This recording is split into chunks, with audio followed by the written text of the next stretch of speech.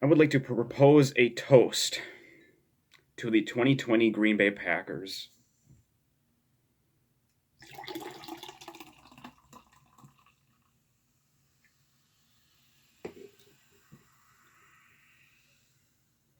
This is to you guys.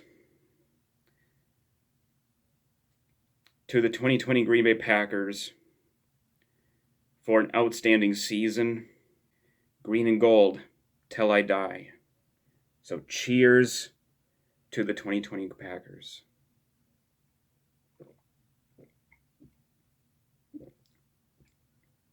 Now to my thoughts about this game. Unfortunately, we were not able to do it for the players we lost. I don't know really what to say right now about what transpired today. My emotions were very, very all over the place. I was nervous, scared. At the same time, I was excited, pumped, very mixed emotions. And I have a series of clips to play for my reactions to the game. If you guys want to go ahead and view what happened in the moment, you guys are more than welcome to go and watch, because I was definitely had a whole bunch of mixed emotions.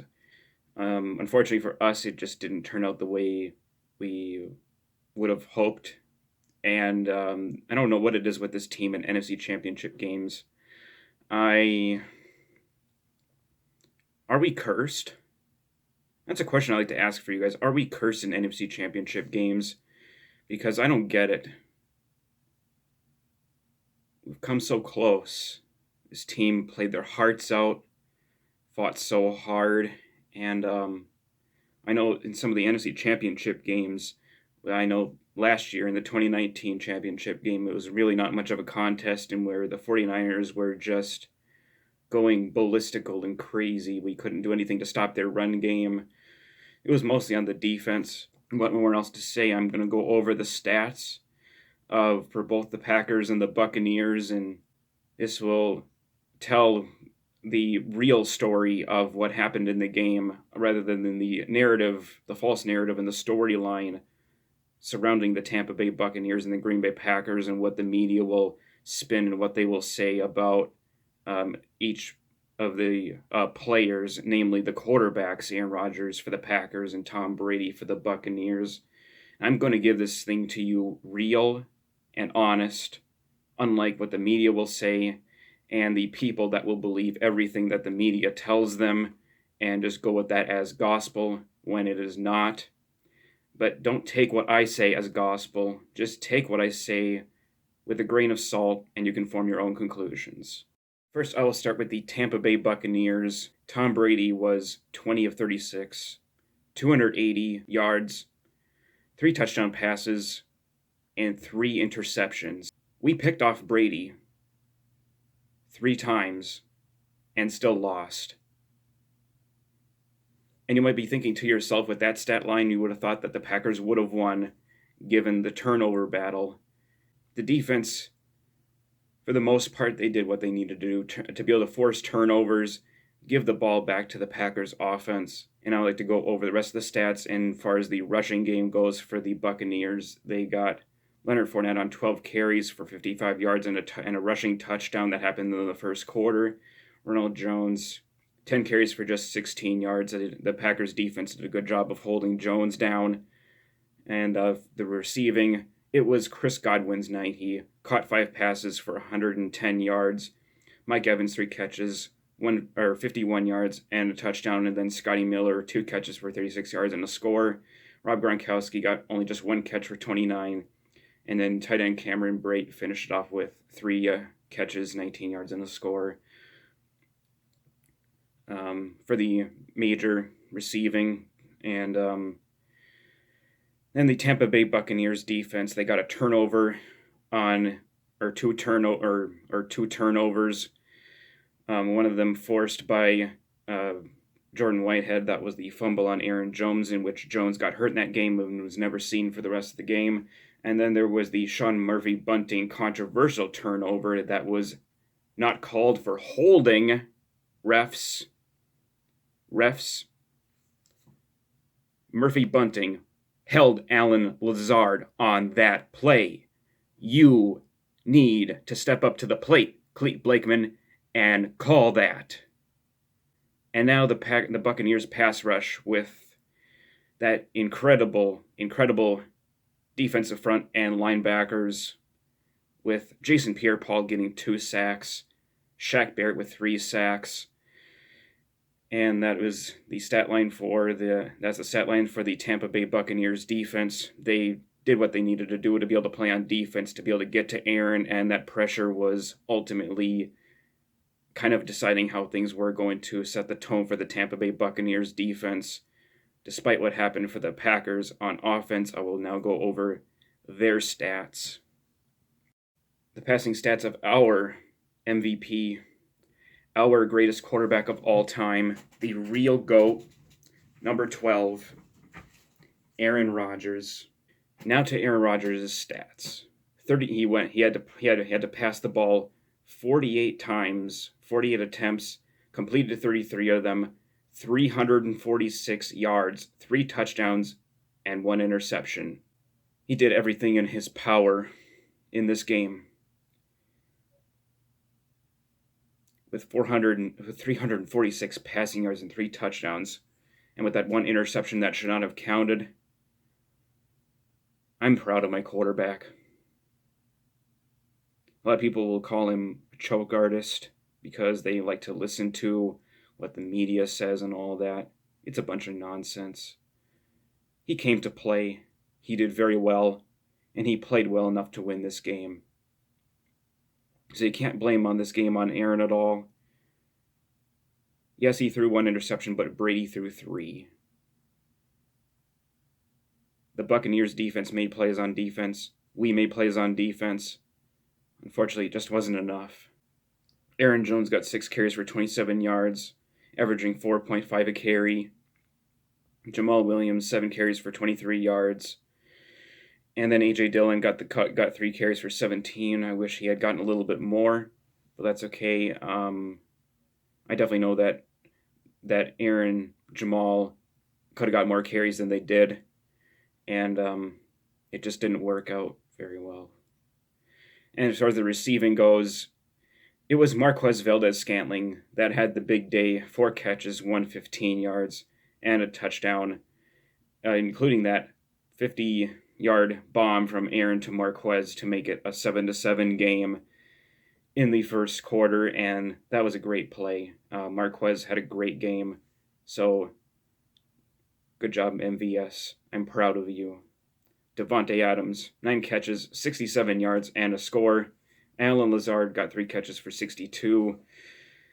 And then there was a bunch of other guys that made some plays here and there. We got Big Dog with 3 catches for 28 yards. And then we got Robert Tonyan with 4 catches, 22 yards, and a score.